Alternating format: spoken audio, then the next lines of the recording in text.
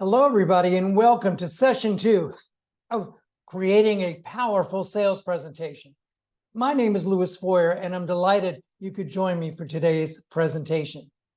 You know, it's always been interesting to me how few opportunities the sales rep really has to make a difference.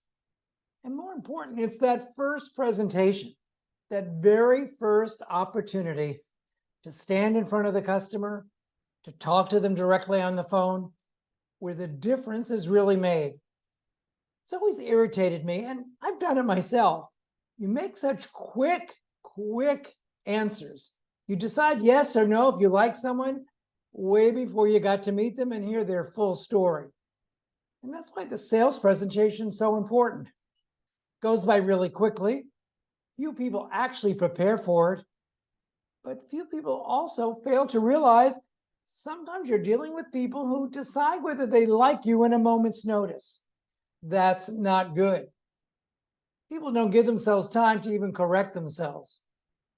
There are times I've interviewed employees who I thought would be great employees, and you know what? I hired them, and 6 months later, I was happy. But then there's people who have made a presentation and I was wrong. And sometimes I look back at my own sales presentations, things I should have done, things I should have said, things I should have avoided. And so this presentation today in our sales series is so very important because to each of you, you may be only afforded that one opportunity to make a difference. And you want to make it a powerful presentation. Now, let me remind you a little bit about me. My name is Louis Foyer. I'm president of a company called Dynamic Seminars and Consulting, and I've been doing this for about 35 years. And that's consulting and working with companies literally all over the world. I've done a lot of customer service training, sales and marketing. I'm a former social work director, hospital administrator, director of professional development for a company where I had over 600 sales reps. You know what? Lecturing has always been interesting to me because it is that first impression. I've had clients from American Express to the New York Foundation for Healthcare, to Walgreens, and the list goes on. And I hope after the program, you'll take time to visit me at dynamicseminars.com. But this program is not about me. This program is about you and your sales presentation. Well, what is a sales presentation?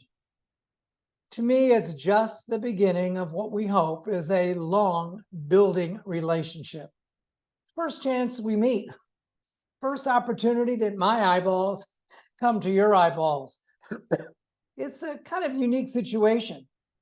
When we start, we know nothing about each other. I have an idea why we're meeting. You have an idea why you're meeting, but we don't know anything about each other. I don't know if your approach matches mine. I don't know if you're quiet and shy or a little like me, outgoing and annoying, but we've got a lot to learn about each other. Because if it works, if the business relationship actually works, it's going to be because we have a link between us. There's something about you that I like, and there'll be something about me that I hope you like. But it's just a start. And so I can't begin to tell you, if we don't get the start right, probably nothing's going to work well. So let's talk for a minute about the value of that sales presentation.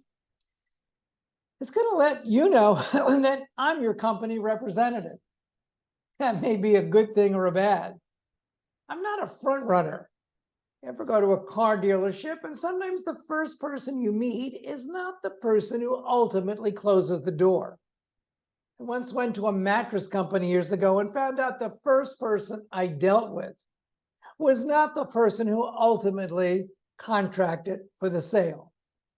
So that sales presentation, we kind of have to decide, is it you and me together, or is there going to be a third and fourth party involved? And it sets the stage. It sets the stage for what I hope will be many more meetings. Will we be smiling at each other during meeting 2 and 3? Or will the thought of me or you make both of us sick? We'll soon decide. The sales presentation, allows you to show your focus. It allows you to let people know what you're interested in. And more important, it's going to let me know what you're interested in. I'll be able to figure that out. It's going to be simple. I'll learn from the questions you ask, what information you want more of, and how we get along, but it'll be based on your priorities. It's going to be a visual presentation because you're going to see my eyes, my hands, my gestures, and I will see yours. So be careful. Even though you haven't said anything, even though I haven't heard your exact words, I will see your expression. I'll see if you're nodding. I'll see if you disagree. I'll see if you seem distracted or you fold your hands as if I really don't want to be part of this. So your facial and body movements will be important. And it's going to allow me to get to know those you hope to work with. If I get the feeling it's really not me and you're asking for someone in operations or really the lady who bakes the cake for you, then maybe I need to bring someone else to the meeting. Maybe I'm not enough. And it's going to allow us to ask some pretty serious questions. Because as a salesperson, and I'm looking at from my eyes and yours, I don't want all the business from you. I'm not asking for all of your business. I don't want to do all of the lawns of all 7 houses you have. I don't want to provide food to all 2 of your restaurants. I don't need to service all of your copy machines. But I'll tell you what I do want. What I'm asking for is a slice of the pie. I wanted just a little piece of the business. That's what's important. And so let me remind you, when you make a sales call, you may be asking for something very unique, and it's not business. I've been doing this a long time. I've asked a lot of people for help, but I have rarely ever asked people for their business. It's not what I'm looking for. I'm looking for a little piece of their business, but really at the onset, I'm looking for a chance to show people what I could do. See, once you test it out and see the cakes and let me do your lawn or serve you some food, maybe you'll have the opportunity to see what I can bring to the table. I want to show a client what you can get by working with me. I really want to obtain that chance. I know it's a risk for you if I was selling to you, and it's my risk as well. Because if this doesn't go right, we are probably done with each other. But remember, asking for business is kind of a cold way to do it in my eyes. I ask for opportunities because I have a feeling once I show you what I can do, and that I really can do the lawn well or redo your bathroom like you like it, you will make the best decision and it'll be about me. I won't be asking for chances anymore. You'll be calling and giving me the chance based on what you've experienced. Now, let's talk about sales presentations, logistics, boundaries, and preparation. You know, what's always unique to me is where we're going to meet. On whose territory will we be meeting? At your office? At my office? Or maybe in some coffee shop? The territory can make a difference. People seem more in control when they're sitting in their office. I feel a little bit more control when you come to my office. So that territory makes a difference in the mindset. You see, if I come to you to sell, I'm in your home. So be careful of what you touch on a desk, and be careful of the fact that I could ask you to leave my place. It's much easier to ask you to leave than I would be if I was in your location. I also, number 2, want to rehearse the message. What am I going to say? What will be the key points? Do I know what I'm going to say before I get there? Or am I just going to let the conversation free flow? Hopefully not. And come prepared. Pick out the top 10, 3 or 4 things you want to talk about. Be realistic. You can't talk about them all. You're not coming to spend the day with me or move into my facility or my house.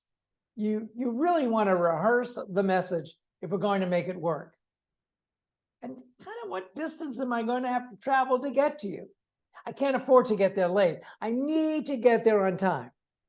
I don't want to spend an hour parking the car. If we have a 3 o'clock appointment, I want to be there at about 10 minutes to 3. May want to go to the bathroom, fix my hair, regroup my thoughts. You have a 3 o'clock appointment and you get there at 3 o'clock, that may not be the best time. And then when you get there, do you know how to access the meeting room?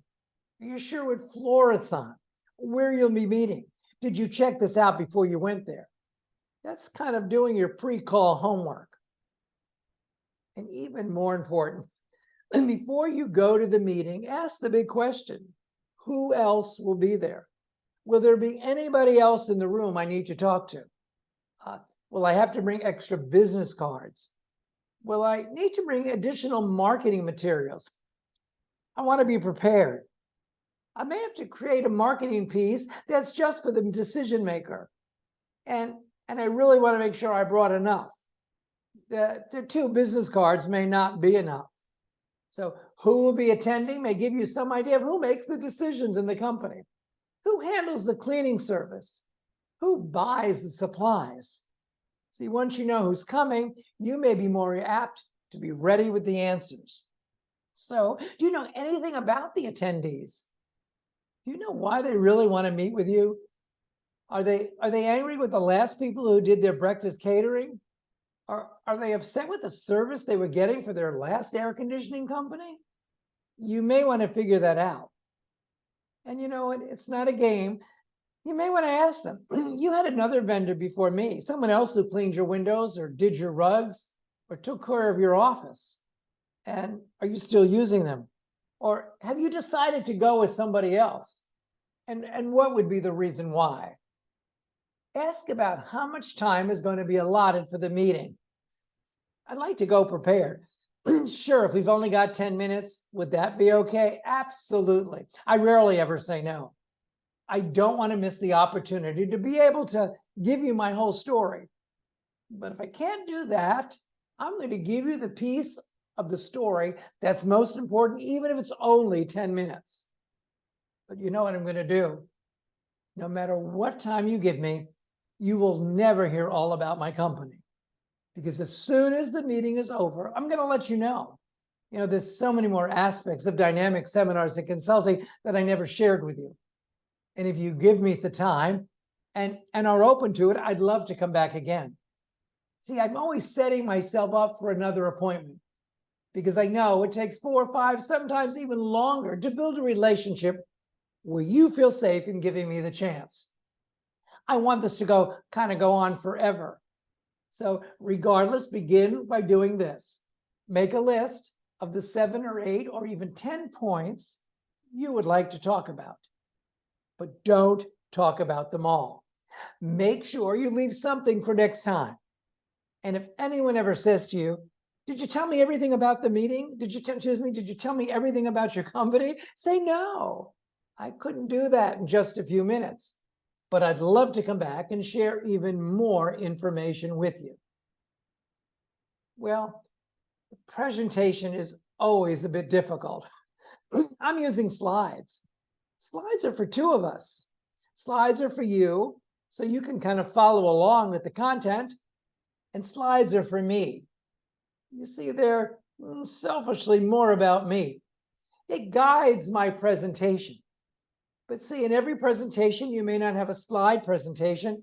And so I recommend that you find some note cards and begin by that. Use note cards, which are easy to handle and allows you to gesture more easily. You see, you can use your hands if you kind of holding just one small card in your hand. And number the note cards, they may fall. And focus on the theme. You don't have to read every single card. It's not important. But if they were to fall on the floor, you'd be able to pick them up and start right over again. It makes it easy for you to follow your speech plan. This is a little trick I've learned many years ago. I walked into a lot of rooms in my day, a lot of rooms sitting around speaking with groups of 5 to groups of many thousands. But you know what? I observe where people are sitting. If I walk in an office where 4 people or 8 people, I see who's sitting closest to me and those who are sitting near the door, and even some who walked in, picked up the donuts that I bought, took a donut and left and never attended the meeting. People sit in very interesting locations. Sometimes if you go to a meeting and there's 200 people and the boss is sitting, it's interesting where the president is sitting next to the vice president, who's sitting next to 3 managers. The location is very, very interesting to me. Many are sitting as close to the door and the exit as they possibly can. They're looking for a quiet way to head out. It's okay. I can't redo the seats. I can't reset up the room. I got to go with what I have, but I do look. I've even gone to meetings where someone actually seems to be standing in the back of their room. Some actually during the meeting are spending a good part of their time on their cell phone. But I look to see where this decision maker is, because you know what? I really need to focus on that person. I'm watching their nodding, their disagreement. I'm watching their eye participation. Are they really looking directly at me? Are they taking any notes? I always find it most interesting when certain key people are writing things down. The totally uninterested person is not doing that. And the people standing in the back of the room, they're probably not writing anything down, except deciding when there'll be a pause in my discussion so you can quietly exit. And so is there any indication as well in the room, especially if you're in an office, that your competitors have been there? I always find it interesting. Some of you in the marketing business who develop products like pens and pads and pencils often probably are aware of this too. When I go into a room, I look around. Who delivered the calendar? I see some mugs from our competitors, pens and pads sitting on a desk. I quickly realize other people have been here. And you know, they may not be the people just selling mugs like I am, or coffee installation for your office, or maybe there's not other cleaning services have been here, but maybe there are people that are still taking up the time of the person you're talking to. So take a look. Look on the wall, on the calendar, on the signage. Any of those pens or pads left in the office when you brought your own pens and pads? It'll give you some indication there are other people looking for the same opportunities you are. Now, some people may not remain for the entire presentation. I don't cancel those people out. It's likely that they may have had something to do. You may have spoken beyond the time frame you promised to handle. You said you'd be there 15 minutes. It looks like you could talk for 20. I also know that there are people who are just simply required to attend. I was up in the Michigan area not so long ago, and I went to do a program on a Saturday for a group of caregivers and people who worked in a home care agency. I got there early in the morning and sat in the lobby. The lady came in. She didn't know I was the speaker, but I had the feeling she was an attendee. I said, "Good morning." She reluctantly said good morning to me. I said that I really didn't feel good about getting up so early. It was cold. And she said, "Oh, me neither." She said, "But you know, sometimes you're just forced to go to a meeting and you can't say no." I then realized I get it. She was forced to come. Now, in my career of training staff, training companies, I deal with a lot of people who were forced to come. I understand. And so, you know, sometimes they're there because of the donuts, or sometimes for the lunch and that extra piece of cake, but they weren't there for me. I get it. And so I accept it. And you need to accept it too, even though you've gone out of your way to make an outstanding presentation. And you think it's important to the business, you've got some manager telling the staff, "Look, the 4 of us are going to meet with Louis Foyer regardless of what happens." It wasn't easy for me to accept that in the initial stages of my career, but I still have it. I still have people signing in from companies the other day where the guy said, "I'm here." I can hear in his voice his excitement. Well, I was excited. I enjoyed doing it, but he didn't want to do it because it was at 5:30 in the afternoon. But what I'm saying is check out the attendees as best you can. There's good ones, there's not so good ones, but there's someone in that room who could be a key decision maker. And you never know who it's going to be. And so play your role well, rehearse it, and be ready with a quality presentation. Time for some sensitive stuff. It's called the dress code. All right, this may not go over well because some people said, I don't know what I need a dress code. I should be able to go to the bank and dress any way I want. I should be able to go to my office and put my jeans on and my sweatshirt and be fine. I don't know. I think people often dress and in a way that reflects the position. I know we've had changes in our own Congress that you can come dressed in shorts now. But if I ran a bank and a business, I probably would not come looking a little disorganized. Look professional. That may be easy, but it is important. You become the only reflection of your company. I may not get to see your home-based business, your warehouse, or your office, but I'm going to see you, and I'm going to judge the entire operation by what I am seeing in front of me. People want to do business with people that are professional. I can't begin to tell you how that dress is going to make a difference. You know, there's many schools that have dressed the elementary school children in uniforms. They must know something we don't know. Well, let me see here what we can talk about in terms of colors. Whoever thought we'd be doing a program that we'd even address that issue with your presentation. But wear a color the client remembers. Let me remind you.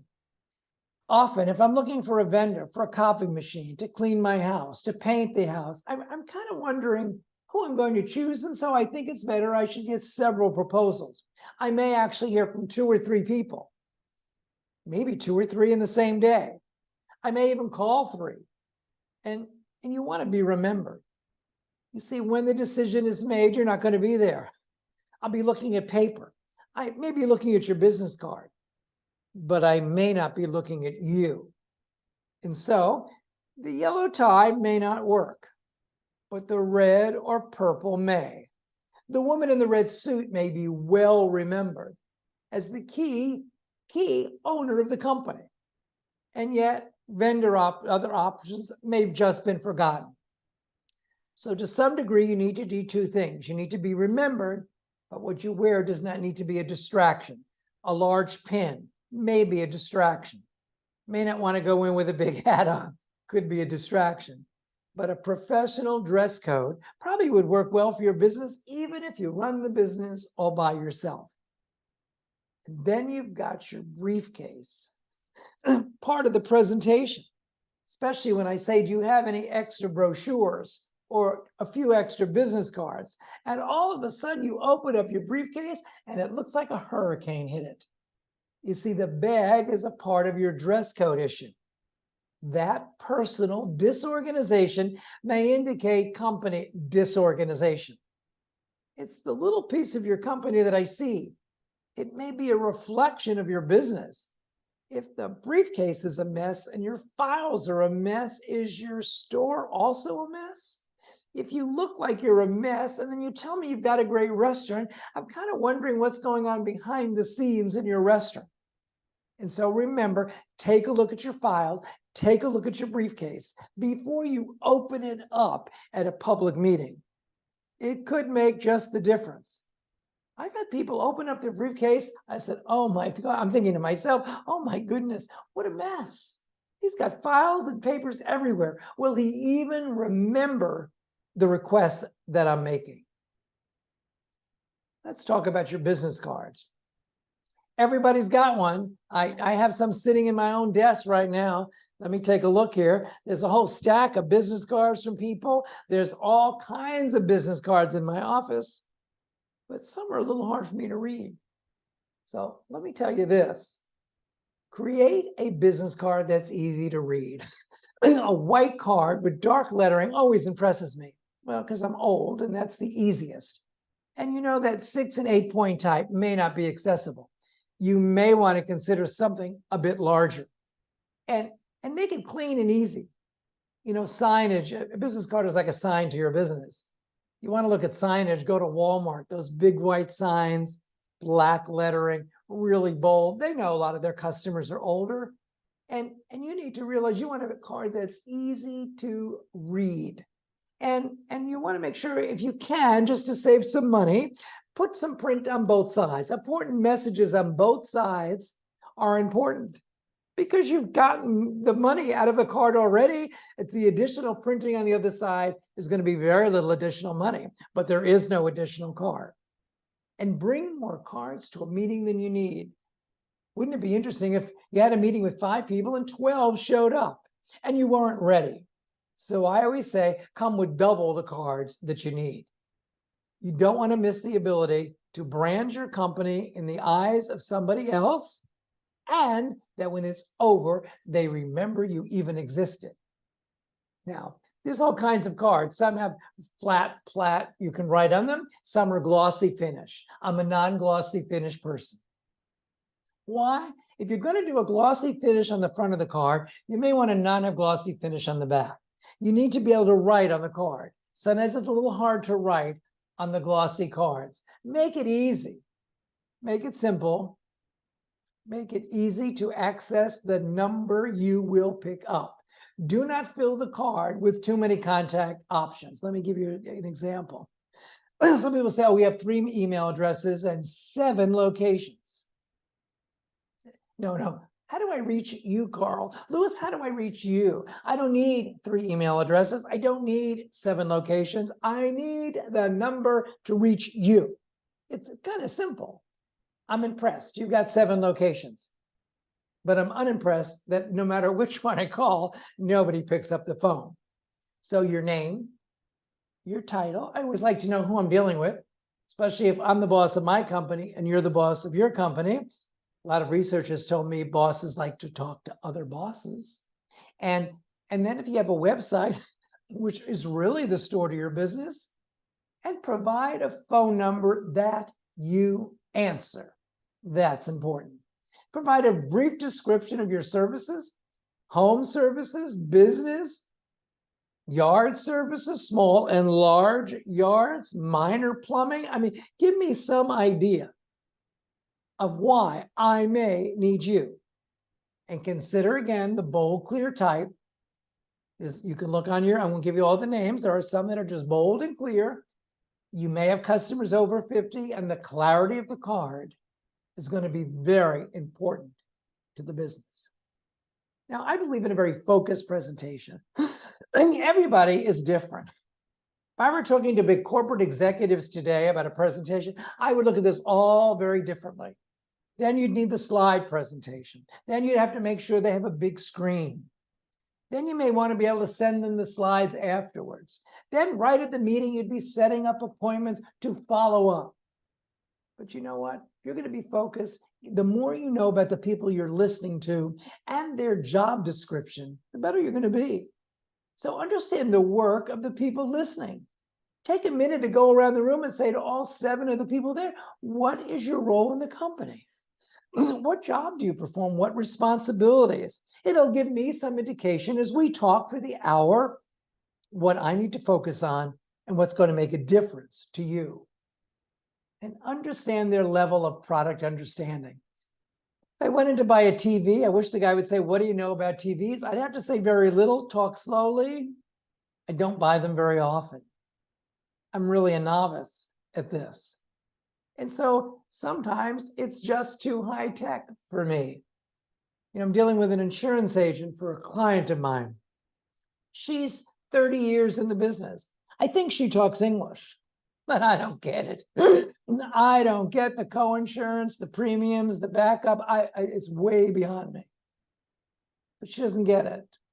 All she has done is impress me. I'm impressed, but I'm blank. I just don't understand. And I probably do recommend my client go with her because of level of expertise. But you know what? I am not sure if what I'm hearing is the best for you. So focus on the primary reason you're even having this meeting. So listen, if you've had a lawn person doing your landscaping and the plants are dying and they don't show up, I get the feeling while we're meeting to talk about my landscape company, but I always ask people, is there something in particular that we need to focus on during the 15 minutes we're together? Because that's going to be so important to us moving ahead. Because the meeting is not about me. The meeting is about you. I'm either providing you a solution, I'm providing you an upgrade, or I'm solving a problem. A solution, an upgrade, or certainly solving a problem. And I need to know what marketing materials to bring with me that's going to address the reason for the meeting. I'm a little alarmed when people go to people to get printing done and they get 5,000 flyers. I said, why did you get 5,000 flyers? Well, they gave me a deal. After the first 2,000, you could do them for less than $60 a thousand. I went, wow, why? Were you looking for a deal? Don't make major investments in materials when the audiences for you could change on a daily basis. In fact, you may have several audiences for your same product. Sales meetings are held for many reasons. But I'm going to tell you, most customers are looking for a solution. They really want something better than they have now. Doesn't mean they don't have a lawn service. Doesn't mean they don't have a TV. Doesn't mean they're not eating out. They want something different, maybe better. Sometimes it's as simple as an upgrade. So what are the products that you're offering? What are the products that you are offering that are designed to solve a problem or to meet a challenge? And that's why you probably have to sit down before your presentation and say, why am I selling this? Who's going to buy this? What are the most outstanding factors that I need to address that makes people interested in my product? You know, when I teach customer service, people say, why should I provide good service? And I say, well, it's a revenue generator. It's really, it could make more money than anything you're doing. It's like investing in a stock or a business that I can assure you when the service improves, the word of mouth improves, the visibility improves, and your revenues improve. And to do a sales presentation and not focus on the factor that you are not only committed to the product, but you're committed to the customer, because you know that without customers, you have no business. That's extremely important. And you need to realize that. And it's always not about you. But I've tried in this slide to talk for a little bit about why customers buy. People say, I don't know who's going to buy my product. People buy for a lot of reasons, but I try to give you the 4 top reasons people buy. So you can think about that when you're making your sales presentation. They want to solve an existing problem. They're dealing with a company they love. They like them when they show up. They don't show up very often. And they make a promise to show up at 10 o'clock in the morning and they don't show up. The problem is the reliability and the trust of the company they're dealing with. It's not the work that they do. They do good work. It's getting them to work. And so existing problem is one. This is a big one, making life easier. People want grab bars in their bathroom. Do you need them? No. It does make life easier. Use my remote control for my TV. Why? Because it does make life easier. People do lots of things. They might buy a magnifying glass. It makes life easier. And so don't worry about selling a seat lift chair or a special ladder. It just makes life easier. It's okay. If we keep selling based on what people need, many of you will have definitely reduced sales. Many people actually don't need what you have. I could do it myself. I could do the lawn myself. I could buy a mower. I could do it myself. I can clean some of my windows in my home by myself. But what you offer does make life easier. And they want something new and different. They want the latest edition, but they don't need it. And you may want to take a few minutes and look around your house and see what you bought that you didn't need, but you wanted. How about that cell phone that you got an upgrade because the camera was better? Did you need a new cell phone? Maybe not. Did you want a new cell phone? There's a possibility. Some people are actually deciding, if I don't buy something new now, what I have now is going to break. And so I'm trying to prevent a future problem. I'm trying to set myself up that if something were to go wrong, I'm ready for it to go. It's kind of useful life. Some products just know after 4 or 5 years, they're going to go and you're going to need to buy new. And some people just get the feeling it's time to trade in the car. It's time to get the new TV. It's kind of time to get the new refrigerator or to replace your air conditioning. We're not going to wait for it to break. We're going to avoid a future problem. So it's existing problems, making life easier, getting something new and exciting and fun, and again, avoiding a future problem. Now, with any presentation, there's a structure. Now, I learned this my very first time in high school. I had the opportunity to go to Ohio State University when I was a senior, going into my senior year, which was, I think, 89 years ago, and try to learn how to talk to people because I was a little shy kid, not that anybody would believe that. And they gave me some structure. And this, I'm repeating the structure to you. Tell them what you're going to tell them. So I'm going to tell you about dynamic seminars and consulting and a little bit about our history so that you'll see the credibility of what we do. And then I'm going to tell you the story of my company, what I've done, where I've been, and the people I've helped, or at least I thought I helped, and the people who I continue to work with. And then I'm going to tell you at the very end, let me just go over. I tried to give you a little history. I tried to give you a little bit of what we offer now. And I will review for you, just as I said in the third point, a little bit about what happened. And then I'm very concerned about the last point on this slide. I'm going to invite you to call me with your questions and your thoughts, both now when we finish the presentation or later on, because I fully realize no matter what I say, no matter what I focus on, or the clarity that I hope to achieve, I may not have hit all the points that are important to your business. Now, once I get to the presentation, kind of get there early and head to that mirror in the bathroom. Make sure all the parts are in one place. I arrive on time. 3 o'clock meeting is 10 to 3. 2 o'clock meeting, 10 to 2. I always introduce myself. I know there are people in the room who are sitting there going, who is he and why am I here? Some people who schedule appointments and meetings often forget who they even scheduled them with. So I kind of go over my name. It is a strange name, Louis Foyer. Most people couldn't spell it. And I would say about 80% of the time, they mispronounce it. I never worry about mispronouncing. I never correct you if you mispronounce it. It's not important. I don't want to begin the relationship with a mispronounced name and me correcting you. Begin with distributing your business card.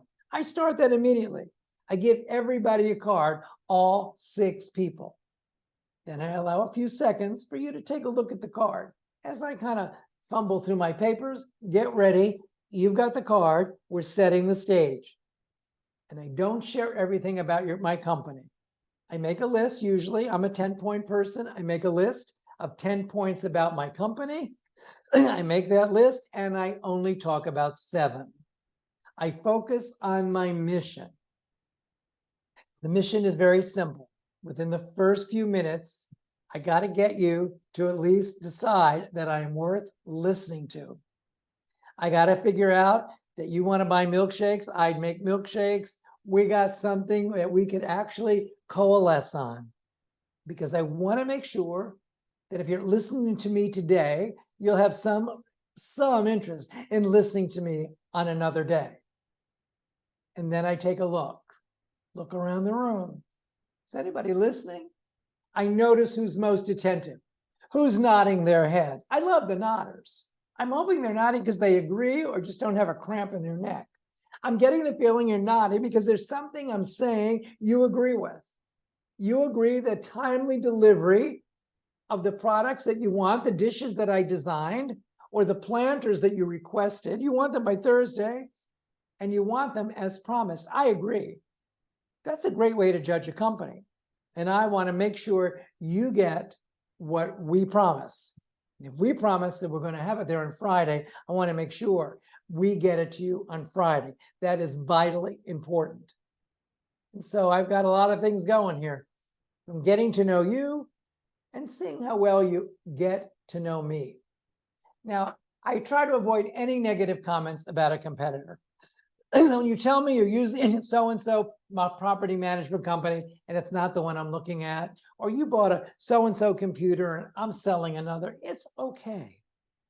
The object is to set myself apart, not to set myself apart because I'm better, but set myself apart because I have more to offer.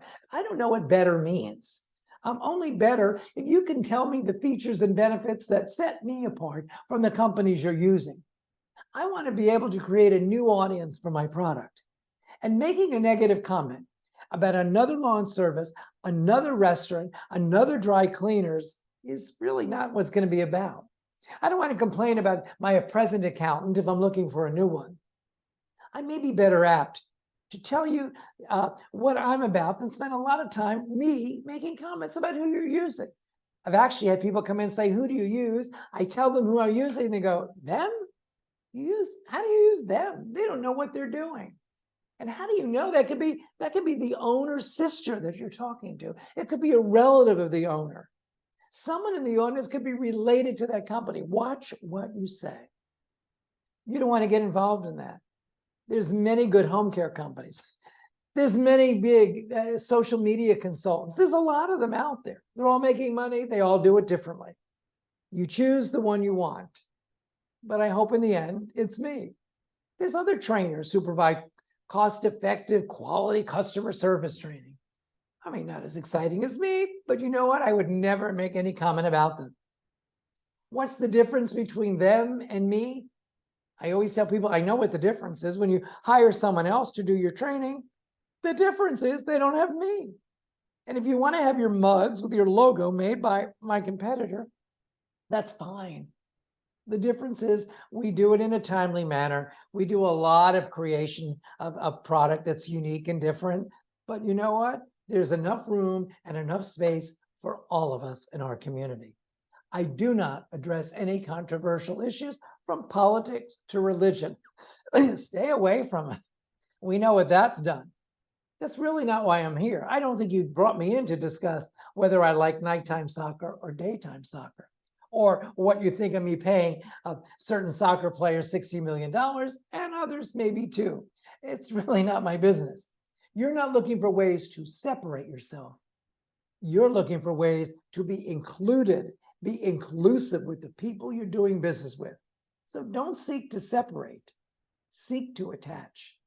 Let me tell you that again. Don't look for ways to separate yourself, seek to attach. I'll tell you the fastest way to attach. You go into an office and going to make a presentation, and the gentleman you're talking to says it's really, really hot outside. And you go, I really didn't notice it. I went from my air-conditioned car into your office. Now, I went out with a woman once to make a presentation in Southern California. It was 120 degrees. We walk in, everybody in the room said they're hot, except one lady, the one that was with me. We couldn't even find agreement on the weather. So I remind you, find some agreement. And you want two heads nodding in the same direction. How important that is. So when someone says it's hot, hopefully you'll agree. Because if it's hot for those four people, it's probably hot for you as well. Two heads nodding in the same direction is always important. If someone says the road outside is such a mess, I'm sure you noticed. You go, I was so excited to be here. I really didn't notice the road. That may not be the best response. And next, watch your time. You know, if you promise them 3 hours of conversation, I guess you've got a lot. You've got a lot to work with. But if you promise 15 minutes, stick to the 15 minutes. People start leaving the program that are long, beyond their expectations. And they ask permission if you can attend the call, ask permission if you can extend the call, ask permission if you can come back. Now, if you see you're past your 15 minutes, say, would it be okay if I could have 5 more minutes of your time? And if not, I understand. Some will say, I have a meeting to go to. It's not that they're rejecting you, but the meeting they planned after you is just as important as yours. And so you could extend it. If there's an opportunity right then and there to set another time, that would be great. Now consider the attention span of your listener. I'm pretty good. I can sit for a long time. I can go to a seminar and sit for hours if I'm engrossed, if I'm kind of entertained, and if it relates to my business. But when I see the twitching and moving, I get the feeling I've lost you. Now, many people before I get there say, look, my staff can't sit too long. I said, look, I've tried to make a business of keeping people attentive, at least for the time that's needed. And sometimes it's needed 4 hours of a sales presentation. I notice if the customer keeps interrupting me, I can't begin to tell you how important that is. They bring up questions that I feel are really what's important to them, maybe more so than what I'm saying. And I notice if the customer seems to want to direct the conversation to one of the products. Maybe it's my monthly accounting services rather than the yearly tax report. Once you hear with the questions, you start to understand that's why you're there.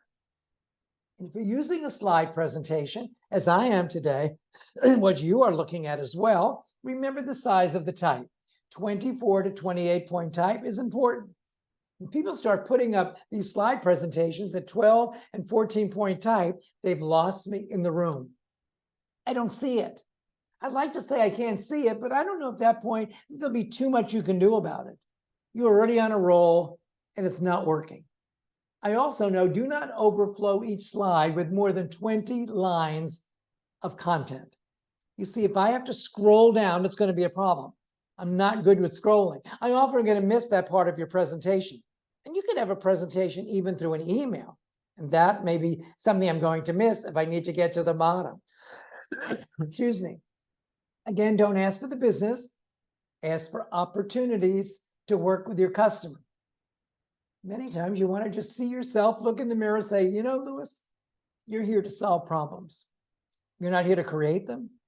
You're not here to create stress for anybody. You're here to see how two people, two businesses, two organizations can work together. You want to be a problem solver, not a problem creator. And since you've not shared all the information about your company, when you walk out of the appointment, if there's a secretary, stop at the desk and ask if you could set up another time. Take whatever appointment is given to you. Many times my secretary would tell people, Lewis can't see you for 4 months. They go, what? Well, Lewis could see you, but you're annoying. So you know what? If you're smart, you'll take the appointment. The account may discourage you from another appointment, but take whatever they give you. Ask if you can call for an earlier appointment and determine then if it would be better for you. But see, the more appointments, the more willing they are to see you, the better is the chance you're going to get some business. Now, you can do in-service programs. That's part of a sales presentation, just educating people on the insurance industry, educating people on lawn care, educating people on whatever it is to get your eyeball in front of their eyeballs. And maybe you want to ask the customer, say, look, we do educational programs. Is there something that we should be doing that would be of interest to you? And for existing customers, look for a way to continually engage them. You know, maybe a list of quarterly educational programs that you bring to their office. Say, look, we do 2 programs every quarter. If your staff would be interested in these, we'd be happy to share them with you. We even do a little class on baking. I mean, we bake the cakes, we deliver the cakes, but we've got a baking 101 class. You know, the 3 of you may love it. You also may want to offer certificates of completion. If you are teaching a session or a class, it's always kind of interesting to provide at some point, a certificate that they can put up in their office and let people know that they were educated and trained by you. The certificate has your company name on it, the name of your business, maybe even has your marketing logo. It shows them that your staff has got some education that you provided to professionals. And maybe you could get an appointment to even deliver the certificates to all the people in attendance. Now, the sales call is not over yet. You got to go back to your car and write down what happened. Details of the call and questions that they asked, what subjects were most important to them. Did you make any promises? Did you set another appointment? List on your little notepad those key elements. What were they asking about? But especially thanking them for attending. You may want to send a note afterwards. But never forget, if you made a promise and you decide not to keep it, you're going to be held responsible. You don't want that to happen. You want an educated consumer. So sometimes just teaching them about TVs, what they could look at, what they should find in a lawn service, or maybe the kind of pizza you're selling, or the drinks, or the designs you put on your dishes, or the towels that you're selling. See, everything's faster now, and so you need to be responsive. So when you go online and you see that little head comes up, it's because someone's asking a question. They want to know if they can help you. But you need to answer every email quickly. Don't waste any time. You see, you're competing against the internet. Internet's rather fast. They kind of respond as quickly as they can, and sometimes the little chat lady is sitting right there on the screen. Now, my final thoughts are the sales call is about selling you. I know you got a great product, but you are the product. You're selling your company and your services. You want to make a positive impression for now and for the future. And make sure you listen during the sales call. Listen to what they said. Listen to the fact that they're talking to each other and not you. And make sure some recommendations I've read are let the customer talk 50% of the time. The customer may have something to say. And if you do not hear from the customer after many weeks, let me remind you, call them. See if there are questions that you did not get to answer that you should have, or if there's something they wanted to know but you did not address. And be patient. People may be slow to make decisions. There's many options in every industry. You're just one of those options. And finally, don't allow the first impression to be your last impression. You know, the smile is the greatest presentation strategy ever. Look like you care. Look like you're enjoying what you're doing, that you're having some fun doing it, and that they're going to invite you back. So before your next sales presentation, review the content in this session and set the stage for hopefully a long-lasting business relationship, because we're going to do some work on marketing and networking next. But if you need to contact me, my website's dynamicseminars.com. My phone number you have here at 954-838-7504. Don't hesitate to call me. If you need help on a presentation, let me know. Maybe I can give you some advice that will make a difference in your next business. Thank you for attending, and make your next presentation the best ever. It's going to make a difference in your business for sure.